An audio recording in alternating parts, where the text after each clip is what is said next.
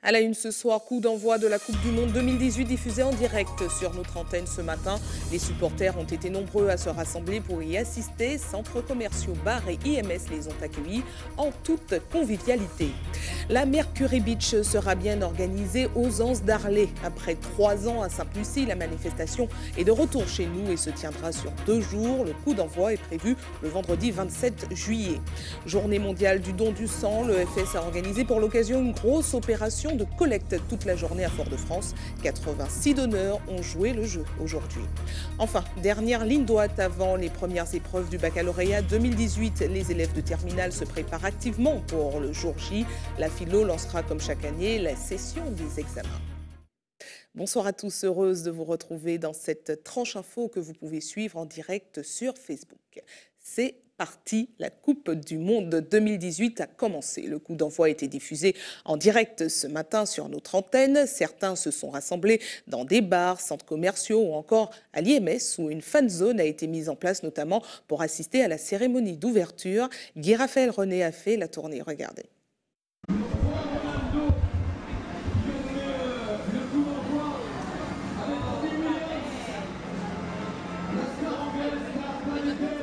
Ce n'est pas l'affluence des grands jours, mais quelques irréductibles ont fait le déplacement ici à la fan zone de la Galeria pour assister à la cérémonie d'ouverture. C'était vraiment sensationnel. Il y a une recherche pour essayer de faire du spectacle, de montrer des choses attrayantes. Donc je trouve ça pas mal. C'est très coloré, je trouve ça pas mal. Il y avait de belles images, il y avait de beaux costumes. Bon, c'était bien égayé. Ça aurait été mieux s'il y avait quand même un petit peu plus d'anciens footballeurs qu'on montrait. Moi, je trouve ça que ça aurait été un petit peu plus dans le ton de l'événement. Pour le match de lancement de cette 21e Coupe du Monde, c'est la Russie, le pays hôte qui affrontait l'Arabie Saoudite, qui finalement s'incline 5-0. Une ouverture de compétition réussie pour la Russie. Et les pronostics sur l'issue de la compétition sont déjà d'actualité. Beaucoup espèrent voir la France arriver au bout. Je pense qu'ils peuvent aller loin, mais il y a un mais, c'est-à-dire que ça dépendra du choix du sélectionneur. J'ai ma préférence, effectivement, c'est pour le Brésil, parce que c'est le Brésil qui présente les meilleurs, parce que pour moi, le football demeure quand même un spectacle. Un spectacle avant aussi. Un spectacle où il faut gagner, mais c'est un spectacle. Je supporte la France. Je ne sais pas, mais je vois qu'on a une très belle équipe. Ils sont jeunes, talentueux. Alors je pense qu'on va faire quelque chose de bien. Dans une autre ambiance, d'autres ont suivi le match au 121 rue Lamartine à Fort-de-France, le garage populaire. Un bar où certains ont l'habitude de se retrouver lors des événements sportifs. C'est vraiment l'endroit où on peut regarder les matchs de foot avec une ferveur et où tous les supporters sont là, et surtout pour la Coupe du Monde 2018, on va avoir une grande ferveur populaire ici. Oui. Ça promet 5-0, on espère que ça soit comme ça toute la Coupe du Monde. C'est une belle journée, on sent l'ambiance qui monte petit à petit. Donc on attend le demain qu'il y aura un plus gros match entre l'Espagne et le Portugal. Et puis surtout mercredi, samedi, excusez-moi, avec le match de la France. En attendant le premier match de l'équipe de France samedi contre l'Australie, 3 matchs au programme demain. Égypte, Uruguay, Maroc, Iran et le très attendu Portugal-Espagne. C'est officiel, la Mercury Beach sera bien organisée aux Anses d'Arlay cette année. Après 3 ans à Sainte-Lucie, la manifestation se tiendra chez nous sur 2 jours. Le coup d'envoi est prévu le vendredi 27 juillet avec une course de jet ski au départ de Fort-de-France. Une Before Mercury le soir même au bourg des Anses d'Arlay. Le gros de la manifestation aura lieu le lendemain, le samedi 28, dès 8h du matin à Grand'Anse. Voyez les précisions du maire des Anses d'Arlay qui s'exprime face à la caméra de Loïc Richis. On a travaillé ensemble, on a mis en place un comité d'organisation et on a rencontré, il y a eu plusieurs séances de travail avec l'organisateur, notamment M. Venajouru. Et là, nous sommes arrivés à un accord. Nous avons mis en place tout ce qui concerne la sécurité des personnes et des biens. Nous avons travaillé avec les services de l'État, notamment en sous-préfecture, ce qui concerne la sécurité. Et puis, bon voilà, les conditions sont réunies parce qu'au départ, j'avais donné un accord de principe. Maintenant, les conditions sont réunies. La manifestation aura bien lieu aux Anses d'Arlay. Nous travaillons avec le CNRS, avec M. Chevalier. On a vu, il a fait son article, il a dit que ce n'est pas dangereux. Que ce n'est pas dangereux. Nous n'avons pas à plaindre. Et puis, il y a des manifestations qui passent. Il y a souvent le samedi et le dimanche du monde qui arrive sur l'essence d'Arlay qui font autant de dégâts. Alors, qui font des dégâts, mais que nous sommes obligés d'aller aujourd'hui. Dernièrement, nous avons fait une plongée, nous avons ramassé un tas de batteries dans la mer. Et je ne respecte pas. Alors, c'est bien pour vous dire que nous sommes disposés à accueillir la manifestation, mais que nous sommes vigilants aussi pour notre biodiversité. Sensibiliser et informer les seniors sur leurs droits, c'était l'objet des syndicats de retraités de Martinique qui se sont réunis ce matin à la Maison des syndicats. De nombreuses actions à venir sont prévues, comme des mobilisations pour interpeller le gouvernement sur leurs difficultés. Voyez ces explications de Johan Boulard. Jacques ne travaille plus depuis 2009. Il est l'un de ces retraités à la pension mensuelle inférieure à 1 000 €. Les enfants et les petits-enfants encore à la maison. Alors chaque mois, reviennent les mêmes interrogations. Comment se nourrir, comment payer ses loyers, comment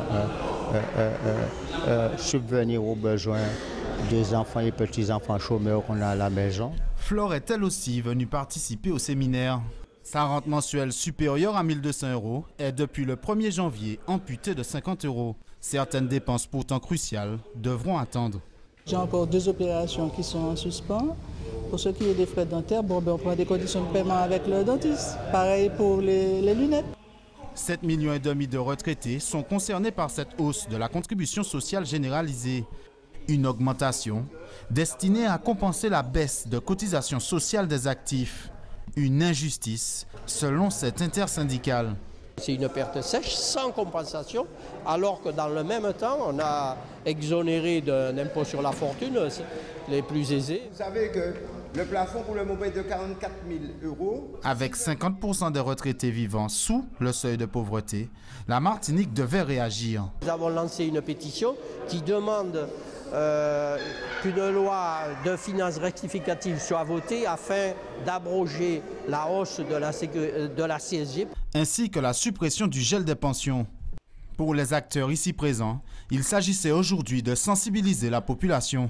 Notamment des associations, parce que nous voulons élargir le cercle. Nous voulons associer d'autres personnes, d'autres groupements à nous rejoindre. 200 retraités étaient attendus. Seuls 40 ont fait le déplacement. Aujourd'hui, 14 juin, journée mondiale du don du sang. Le FS Martinique a organisé une grande collecte sur le front de mer à côté du kiosque Guédon toute la journée. Une action de grande ampleur pour sensibiliser la population car les réserves de sang chez nous sont trop basses. 10 poches récoltées par jour alors qu'il en faudrait 3 fois plus pour subvenir à nos besoins. C'est un reportage d'Alizé Lutran et de Sandrine Claude. Christine est une habituée. Elle donne son sang en moyenne 3 fois par an. Vous allez pouvoir donner votre sang. Le médecin contrôle d'abord son taux d'hémoglobine pour savoir si elle a suffisamment de globules rouges dans le sang pour pouvoir être prélevée. À 52 ans, Christine est une donneuse très précieuse. Je suis au positif, donc ce sont les donneurs positifs qui sont le plus souvent sollicités. Donc je reçois soit des textos, soit des mails, même sur les réseaux sociaux. Je n'ai jamais eu besoin ni bénéficié de transfusion, mais d'autres en ont besoin. Et puis ça ne coûte rien. Après, je ne suis pas malade, alors pourquoi pas? Pour moi, c'est un devoir, je dirais, ça devrait l'être pour tous, mais bon, chacun fait comme il peut. Il y a des gens qui ont peur des piqûres, bon, il faut faire avec aussi. Sur le territoire, il y a seulement 7600 donneurs répertoriés comme Christine. C'est trop peu, les réserves sont basses. 30 poches de sang sont prélevées chaque jour, il en faudrait le double. Nous sommes tout à fait dépendants de la métropole et que par ailleurs, nous avons quand même des donneurs particuliers comme les drépanocytaires que nous devons quelquefois transfuser, par exemple les enfants tous les mois. Il y a souvent une crainte, la crainte du sang, la crainte de faire un malaise, donc dans le collectif c'est plus facile. Et puis maintenant c'est un petit peu chacun pour soi. Pour pouvoir donner son sang, il faut répondre à certains critères. Il faut avoir entre 18 et la veille du 71e anniversaire. Il faut être en bonne santé. Nous faisons quand même un dépistage de l'anémie, donc il ne faut pas avoir cette crainte-là parce que tout le monde pense un petit peu qu'il est anémié, mais nous faisons le dépistage. Il ne faut pas avoir voyagé dans un pays où il y a du paludisme dans les 4 mois précédents, ni avoir été opéré dans les 4 mois précédents toujours, ni avoir changé de partenaire sexuel dans les 4 mois précédents. En Martinique, chaque année, près de 3000 personnes ont besoin d'être transfusées. L'an passé, l'établissement français du sang a récolté un peu plus de 9000 poches. Il en faudrait 10 000 cette année pour sauver les personnes malades. J-4 avant le début des épreuves du baccalauréat 2018. Comme chaque année, ça sera la traditionnelle épreuve de philo qui lancera la session des examens. Pour les élèves de terminale, c'est donc la dernière ligne droite. Nous en avons rencontré certains à la bibliothèque Schellcher qui se préparent activement pour être fin prêt le jour J. C'est un reportage d'Alizé Lutran et de Sandrine Claude. À 4 jours du lancement des épreuves, Emmanuel et ses amis, en terminale paramédicale et sociale, ont choisi le calme de la bibliothèque pour réviser sereinement, enfin presque. De plus en plus que les jours arrivent, de plus en plus que le stress commence à monter, donc on essaye de faire avec, on essaie de se déstresser. Et du coup, on s'est donné rendez-vous à 9h, on a commencé à 9h05 à peu près, et là, on est là jusqu'à 11h30. Vu qu'on s'entraide, donc on arrive à retenir peut-être plus de choses et une fois qu'on est à la maison, on révise juste. Pour gérer son stress et être prête le jour J, depuis une semaine, Emmanuel s'est imposé une routine quotidienne. Je prends des vitamine B pour la mémoire et tout, mais sinon c'est surtout le sommeil, ne pas être trop fatigué, donc c'est plutôt ça. Je dors, j'essaie de dormir le plus que possible. Et la bête noire de ces lycéennes n'est pas la philo, mais l'histoire géo. Donc la question est nommer et dater 2 événements clés de la Constitution européenne. CECA, Communauté européenne du charbon, de l'acier, 1951. Et vous avez trouvé quoi? J'ai CEE, Communauté économique européenne de 1957. Je ne suis pas encore prête pour tout ce qui est l'Afrique subsaharienne ou encore la 5e République. Même si c'est coefficient 2, ce sont des points qui peuvent vraiment m'aider à avoir une bonne note. Lundi à 8h, c'est la philosophie qui ouvrira le bal des épreuves. Les élèves auront alors une semaine pour tenter de décrocher le précieux sésame. TSA, c'est le nom de la taxe imposée aux salles de cinéma et qui devient le cauchemar des exploitants des Outre-mer. Jusque-là appliquée à l'Hexagone, elle concerne depuis 2016 les Outre-mer et aura des conséquences directes sur nous, consommateurs. Pour en parler, nous recevons la présidente des exploitants des salles de cinéma des Outre-mer, Alexandra Élysée. Bonsoir à vous. Bonsoir Sabrina. Merci d'avoir accepté notre invitation. Alors, que l'on comprenne bien, en quoi consiste cette taxe et à quoi sert-elle ? Alors, c'est une taxe qui est donc prélevée par l'État et qui est ensuite reversée au Centre national de la cinématographie et qui va surtout servir à l'industrie du cinéma, c'est-à-dire aux producteurs et réalisateurs. C'est une sorte de pot commun. Toutes les salles y contribuent. Et ensuite, ils reversent donc une partie aux producteurs et réalisateurs pour réaliser des films et une autre partie qui va revenir en quelque sorte aux salles qui veulent se moderniser. Une sorte d'aide à l'investissement, si vous voulez. Sauf qu'en fait, avant, elle n'était pas appliquée dans les DROM parce qu'on considérait qu'ils n'avaient pas les moyens, parce qu'on a des charges supplémentaires. Je pense à la sécurité, la sécurité, Internet, les primes d'assurance. En fait, si vous voulez, toutes les charges, si vous voulez, qui sont liées à l'exploitation, parce qu'on est loin et parce que tout coûte plus cher. Et en fait, depuis 2016, ils ont changé leur fusil d'épaule et nous l'ont appliquée. Voilà, justement, vous l'avez dit, depuis 2016, elle est appliquée en Outre-mer. Elle augmente de façon progressive jusqu'à atteindre le pourcentage de l'Hexagone. Dites-nous comment ça va se passer. En gros, donc c'est progressif, c'est-à-dire qu'on était à 0 depuis une cinquantaine d'années. Là, on est passé à 1% en 2016, 2% en 2017, 3% en 2018. Ça augmente chaque année pour arriver à 10,72% en 2022. Et nous, ce qu'on demande, c'est pas de revenir en arrière et d'être à 0. Il y a parfois des malentendus sur ça. La TSA s'applique, on l'applique, on est dans le cadre du CNC, on ne le conteste pas. En revanche, ce qu'on dit, c'est qu'au même titre qu'il y a des taux réduits sur d'autres secteurs, c'est capital pour notre activité et la préservation de nos exploitations que nous ayons un taux réduit. Alors, il y a des conséquences pour vous et qui seront répercutées sur les consommateurs, c'est ça? Voilà. Alors, faut savoir que donc moi, je représente un syndicat qui est situé, enfin, les salles de Martinique, Guadeloupe, Guyane, également La Réunion. C'est-à-dire que c'est valable dans toutes les exploitations, que ce soit les petites, qui sont déjà généralement déficitaires, ou que ce soit les plus grosses, si on prend l'exemple de Madiana. Donc, sur les plus petites, la conséquence, c'est clairement qu'on va les fermer. Je pense au Darbo en Guadeloupe, l'Urania à Kourou ou certaines salles de La Réunion. C'est déjà prévu ça, c'est acté? En fait, si vous voulez, c'est inscrit dans la loi. Donc aujourd'hui, nous, on se bat pour que la loi, elle change. Donc si la loi se maintient comme ça et qu'il y a une progressivité, on ne va pas pouvoir absorber autant de déficits. Donc de toute façon, on va fermer ces petites salles. Après, sur les plus grosses, ce qui va être compliqué, c'est qu'il va falloir augmenter le prix des salles. On va déjà commencer sur Madiana, puisqu'il y aura une augmentation de 40 centimes à partir du 1er juillet. 5% d'augmentation, si vous voulez, pour 3% de TSA. En fait, à chaque fois qu'il y a une augmentation de prix, il y a une baisse de la fréquentation. À La Réunion, ils ont essayé, ils ont augmenté d'1 euro. Il y a eu une baisse de fréquentation de 8% et une augmentation du chiffre d'affaires de 0,13% seulement. Ce qui signifie que le prix n'est pas élastique. Donc nous, on a fait 5%. On espère avoir plus 2, plus 3% en chiffre d'affaires et on verra. Et fonction de ça, peut-être que ce sera 1 euro, 2 euros. En fait, on n'en sait rien. Donc les prix des billets, des tickets de cinéma sont moins chers que ceux de l'Hexagone. Ouais. Est-ce que ça veut dire qu'à terme, ça sera le même prix et peut-être déplacé, c'est ça? C'est très difficile, si vous voulez, à savoir, parce que les revenus aux Antilles ne sont pas les mêmes qu'en métropole. On a un revenu qui est plus faible, un pouvoir d'achat qui est plus faible. Donc c'est pour ça que comme le loisir, c'est finalement la dernière dépense. On mange, on boit, on se loge, et puis après, on va au cinéma. Donc pour nous, c'était capital. On a toujours maintenu des prix qui sont relativement corrects, justement pour permettre aux Martiniquais de venir au cinéma. On ne sait pas jusqu'où ça va aller, et on sait que voilà, 10 euros, on n'aura plus personne au cinéma parce qu'il y a d'autres alternatives comme les plateformes de téléchargement. Donc pour qu'on ait du monde au cinéma, il faut qu'on ait un prix qui soit abordable. Et pour nous, 1 euro d'augmentation, pour à peu près, pour nous, c'est trop. Alors est-ce que vous avez l'intention de vous mobiliser ? Oui, et puis bon, il y a des projets, enfin on n'en a pas parlé, mais il y a des projets du coup qui sont en stand-by. C'est par exemple le cas de Rivière-Salée sur lequel nous, à 10,72%, compte tenu du fait que l'investissement est plus lourd, compte tenu de tout le reste, on ne sait pas comment on va gérer un cinéma comme celui-là, donc pour le moment c'est en stand-by. Et après, pour répondre à votre question sur comment on s'organise, on a déjà quasiment le soutien de tous les parlementaires des Outre-mer qui ont compris cette problématique. La ministre des Outre-mer qui nous a promis de s'en occuper. On a le soutien du MEDEF, de la FEDOM, de la Fédération du cinéma.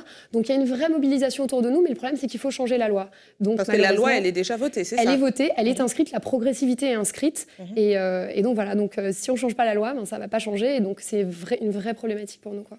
Très bien, merci à vous. Merci à vous. Pour vos explications. Et puis, on vous souhaite bon courage. Merci à vous. Restez avec nous à suivre. Dans cette édition, nous vous parlerons des bienfaits des plantes dépolluantes qui peuvent redonner vie à votre intérieur. Une conférence a été organisée aujourd'hui en Guyane.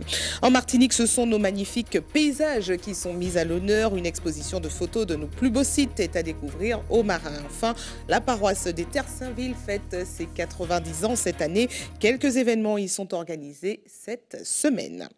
Mais avant, direction la Guyane, qui rencontre, comme chez nous, des problèmes de pollution dus au VHU. Une opération d'extraction des épaves pilotée par la mairie de Matoury a été organisée ce matin. 12 véhicules hors d'usage ont été évacués. C'est un reportage de Gaël Wassim. C'est une opération d'envergure que commencent les services municipaux de la ville de Matoury. Leur but, éliminer du paysage les VHU, les véhicules hors d'usage qui jonchent la voie publique depuis plusieurs années et qui sont source de trafic nuisible et de pollution. C'est très important de l'enlever déjà pour l'environnement, pour les sites et surtout pour certaines maladies comme le chikungunya et la pollution aussi, puisque des fois ça pollue le sol. Et également, ça attire les rongeurs et toutes sortes de nuisibles. Ça peut servir de nourrice, comme vous dites, pour les petits trafics. Et donc, ça cause un sentiment d'insécurité dans l'ensemble des quartiers où l'on peut retrouver ce type d'épave. Avec plus de 120 véhicules identifiés sur le territoire communal, que risquent les contrevenants qui laissent à l'abandon leurs véhicules sur la voie publique? Lorsqu'on constate qu'il y a des véhicules qui sont en stationnement abusif de plus de 7 jours, on identifie le propriétaire. Celui-ci reçoit une contravention et également un courrier de mise en demeure. À l'issue, s'il n'obtempère pas, le véhicule est enlevé, mis en fourrière et notamment à ses frais.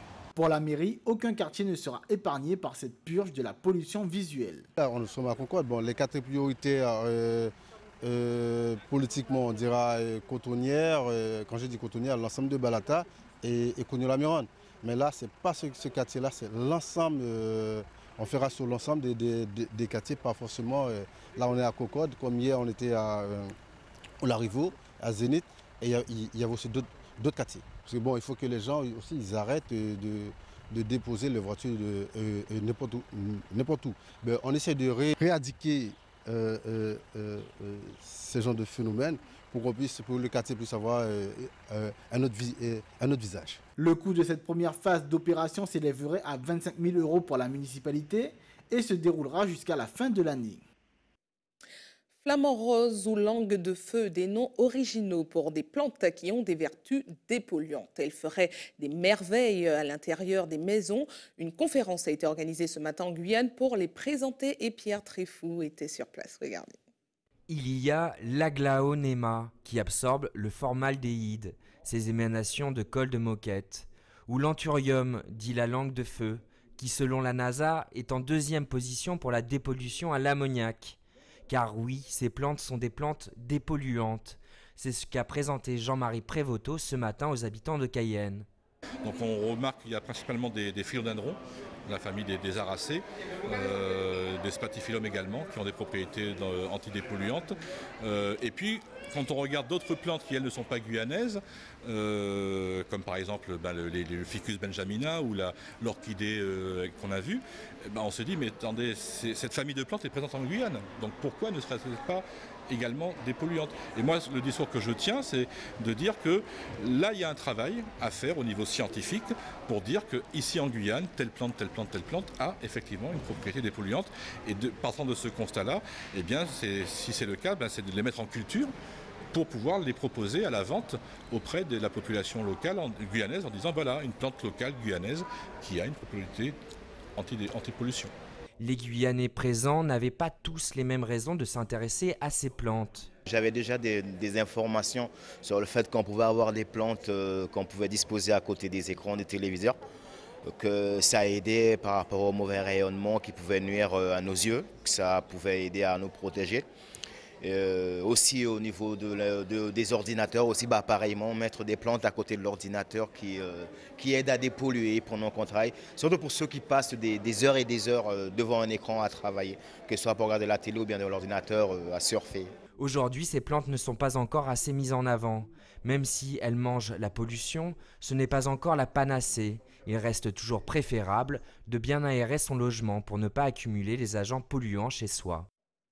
De retour en Martinique avec l'émotion du paysage, une exposition au Centre culturel du Marin réalisée par les étudiants de 3e année du campus caribéen des Arts.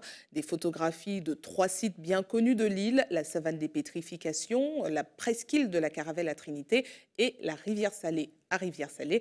Ambiance sur place avec Johan Boulard.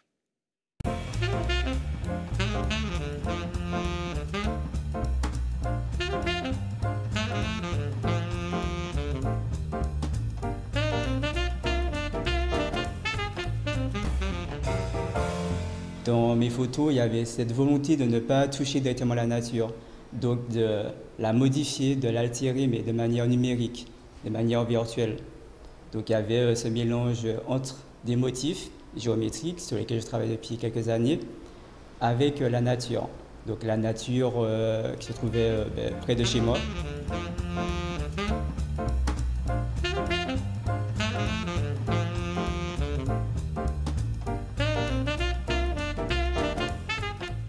Nous avons visité 3 espaces. Alors, il y a eu Rivière-Salée, la zone d'apiculture au niveau du rond-point, il y a eu la savane des pétrifications au niveau de Sainte-Anne et il y a eu la Caravelle au niveau de Tartane. Alors, ce qui est intéressant par rapport à ces 3 lieux, c'est qu'ils sont spécifiques d'ailleurs, c'est-à-dire que pétrification, c'est une zone plus plage, littorale. Il y a aussi, à Rivière-Salée, c'est plus boisé, puisqu'on a dû entrer dans une zone d'apiculture. Même dans la mangrove, il faut prendre des tirages. C'était un workshop qui a duré 3 jours avec Annabelle Guerrero, qui est photographe et qui travaille elle-même sur le paysage. Et pour notre workshop, en fait, elle s'est inspirée d'Édouard Glissant. Et donc, en fait, le but, c'était de faire des photos dans des paysages donnés. Donc, il y avait 3 lieux.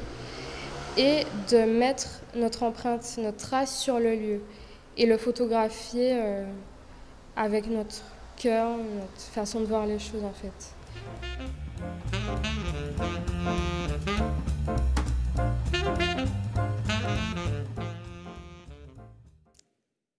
Allez, c'est le moment de nous rapprocher encore plus de vous. Nous passons tout de suite à notre JT des communes.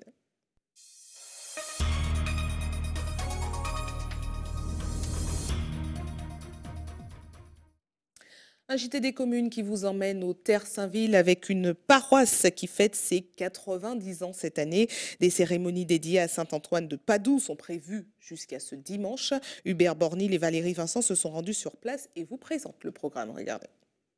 Adoration, messe, louange, tout un programme a été prévu pour célébrer ces 90 ans de la paroisse des Terre-Saint-Ville, une église située dans un quartier cosmopolite, toute une histoire, en tout cas une belle histoire que nous avons tenté de découvrir avec le père Moncontour. 1928-2018, voilà 90 années que la paroisse s'est implantée au cœur des Terre-Saint-Ville. Le quartier se distingue par la présence de nombreuses communautés, un lieu devenu sensible d'un point de vue de l'insécurité.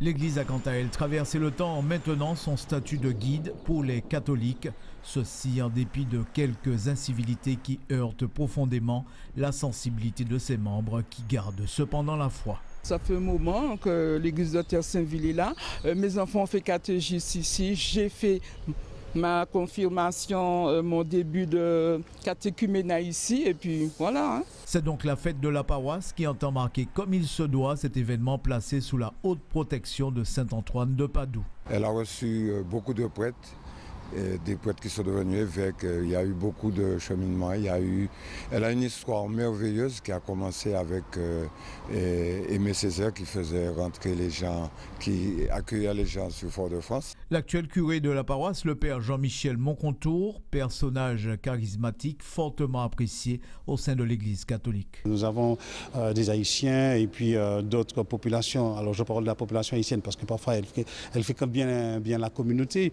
Et puis nous avons quelques prêtres aussi d'origine haïtienne dans l'Église. Donc c'est une population qui est déjà bien présente, on va dire, dans la communauté chrétienne. Il y a d'autres populations. C'est vrai qu'il y a une évolution. Il y a davantage d'étrangers. On sent bien des communautés qui sont présentes. Je crois que maintenant, on arrive à un temps aussi de relations intercommunautés, internations.